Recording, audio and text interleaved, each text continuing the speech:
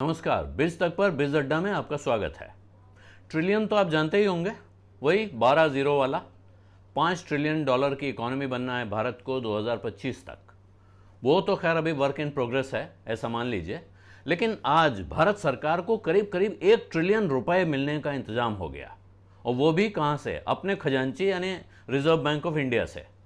Reserve bank के board ने आज प्रस्ताव पास किया कि वो अपने सरप्लस यानी खर्चे के बाद बचे पैसे में से 99,122 करोड़ रुपए सरकार को देगा। इस खबर पर तरह तरह की टिप्पणियां हो सकती हैं, लेकिन ये कोई अनोखी बात नहीं है। ये बिल्कुल वैसे ही है जैसे कंपनियां अपने शेयर होल्डरों को डिविडेंड देती हैं।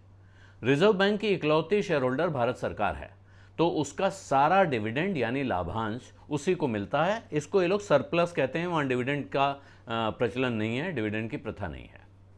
इस बार की खासियत है, क्या खासियत है कि ये सरप्लस पूरे साल के नहीं बल्कि सिर्फ 9 महीने के कामकाज पर मिला है। और दूसरी खासियत कि ये रकम सरकार के अंदाजे से करीब करीब डबल है, यानी उम्मीद से दोगुना। हुआ ये है कि रिजर्व बैंक ने अपना कैलेंडर बदला है। हमारा आपका कैलेंडर जनवरी से दिसंबर तक चलता है। भारत सरकार का कैलेंडर यानी वित्त वर्ष अप्रैल से मार्च तक चलता है। लेकिन रिजर्व बैंक का कैलेंडर अब तक इन सब से अलग था। वो जुलाई से जून तक चलता था। इस साल यानी पिछले साल उसे बदलकर भारत के वित्त वर्ष के साथ यानी अप्रैल से मार्च के बीच कर दिया गया है। तो मार्च में वो साल खत्म हो गया जो पिछले साल जुलाई में शुरू हुआ था।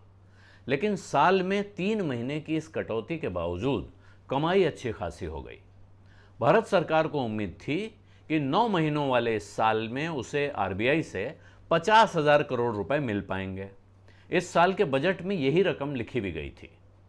पिछले पूरे साल में सरकार को 57,128 करोड़ रुपए यहां से मिले थे।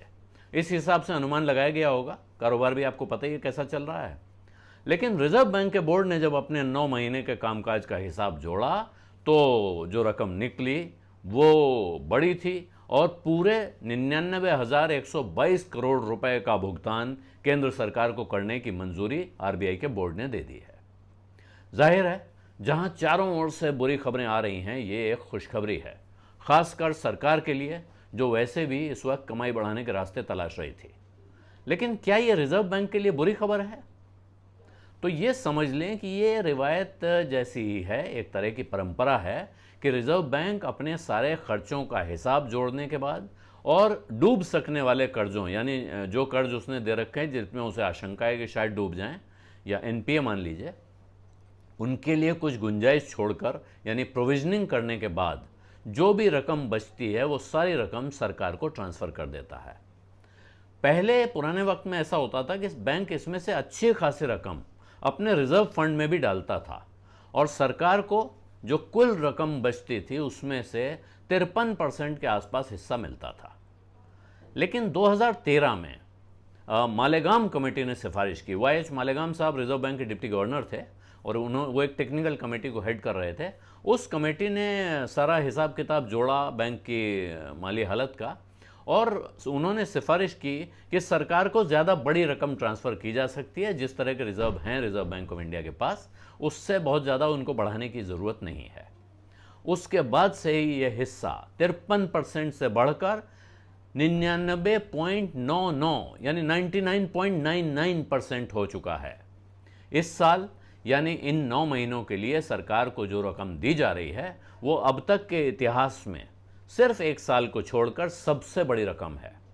अब तक सिर्फ एक बार यानी वित्त वर्ष 2018-19 में इससे बड़ी रकम रिजर्व बैंक से सरकार को गई थी, जब रिजर्व बैंक ने 1,76,000 करोड़ रुपए ट्रांसफ़र किए थे।